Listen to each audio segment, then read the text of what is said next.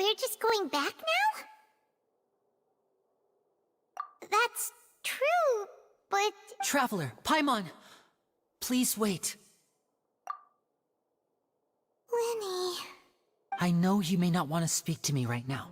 Maybe you don't even want to look at me, but still. Let me thank you again for defending me to the end, even after you learned that I'm a member of the Fatui. I guess. But regardless, I'd like the opportunity to set things straight. I didn't approach you with any ulterior motives or ill intent. I've spoken to you as myself, just plain Lynnie this entire time. As for why I'm a Fatus, it's because the goals of the House of the Hearth align with those of an orphan like me. That's all. That was how Father, who you might know as the Knave, approached recruiting us back then too. The Knave? The one who controls the House of the Hearth? She's your father? That's right. And since we're here, I was wondering, would you mind hearing a story? It's about my past. Back when our parents first died, Lynette and I were left wandering the streets. To survive, I took to surreptitiously observing an older street performer who did magic.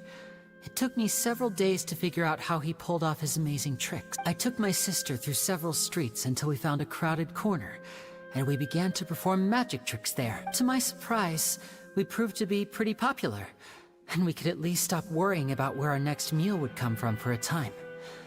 But I didn't want my sister to remain a street rat together with me forever. Before long, an aristocrat came to me and claimed that he wished to take us in after watching my performances. So you went from orphans to nobility just like that? That was how we felt at first too.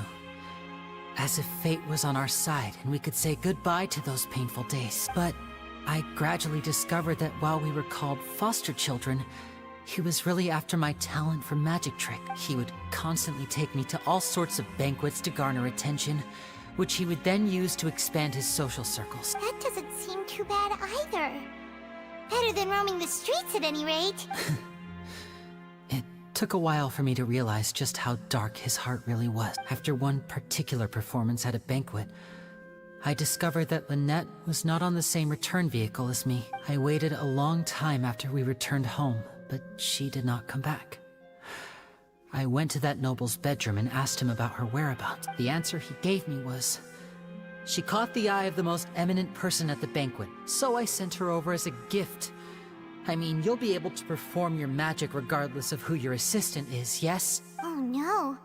So he was gonna...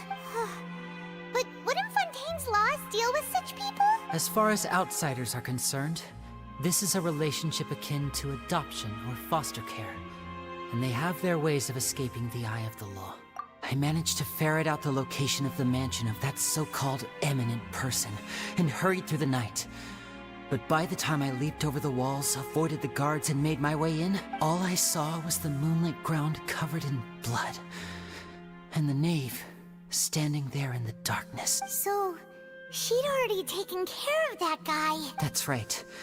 She had rescued my sister before she could come to any harm, and had even discovered several girls hidden in a basement, all of them orphans. Father, I mean, the knave, might have seen something in me, and so she made me an offer. The House of the Hearth welcomes you, for your interests align with ours. Here, none will ever betray you. Indeed, betrayal shall never be permitted here. I was hesitant to trust her. I mean, I had just been betrayed by nobles. But she was also quick to destroy the noble who had taken us in at first, giving us back our freedom. Oh, so that's how the two of you joined the House of the Hearth. She has her own plans. She has gained permission from the Sarita to first use the Gnosis' power once she obtains it. She plans to use it to find a way to break the prophecy and save Fontaine. So, she believes in that prophecy too? That's right. The whole House of the Hearth is currently working to combat that crisis. Today's case has also proven that people from Fontaine can indeed dissolve into some sort of water, thus further supporting the prophecy. All of us house members here, Lady Arlecchino herself included, are from Fontaine. We won't give up on defending our homeland. To us orphans, the only connection we have left to this world, apart from our family, is our homeland. So, From small deeds like distributing magic pockets to huge schemes like stealing a gnosis, everything is aimed at dealing with that prophecy. It's alright, I understand.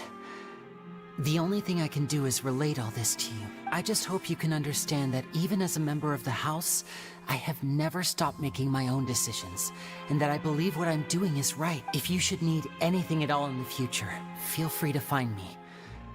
I will do my best to help you, as plain Linny.